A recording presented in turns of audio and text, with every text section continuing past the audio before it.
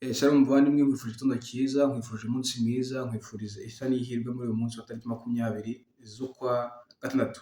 Ijambo ry'umunsi riri mu gitabo cya Zaburi igice cya 4 umurongo wa 9, ahanditse ngo nzajya ndyama nsinzire niziguye kuko ari wowe wenyine Uwiteka umpa amahoro.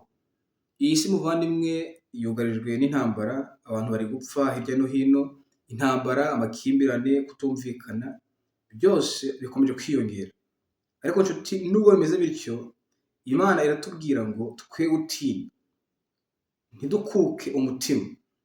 Igihe kiregereje ubwo izi ntambara zigiye gushira. Ndavuga ngo igihe kiregereje kugira ngo izi ntambara zigiye gushira. Muvandimwe, ntutinye, komeza wizere, komeza wisunge Imana ngo niyo iduha amahoro. Abayobozi b'iyi si baguha umutekano, ariko Uwiteka niwe waguha amahoro. Reka dusenge. Mwami Imana yacu, dushyira amaboko yawe iyi si yugarijwe n'intambara, dushyira amaboko yawe abayobozi bayo, dushyira amaboko yawe twebwe nk'abantu baciriritse, badafite imbaraga, badafite n'ubushobozi bwo kugira ngo icyo twakora. Reka uduhe amahoro. Gendera abayobozi bacu muri ubu bwenge, kugira bafate imyanzuro ituvana mu ntambara, itujyana mu mahoro. Komeza uturinde, duhe umugisha wawe mu izina rya Yesu. Amen.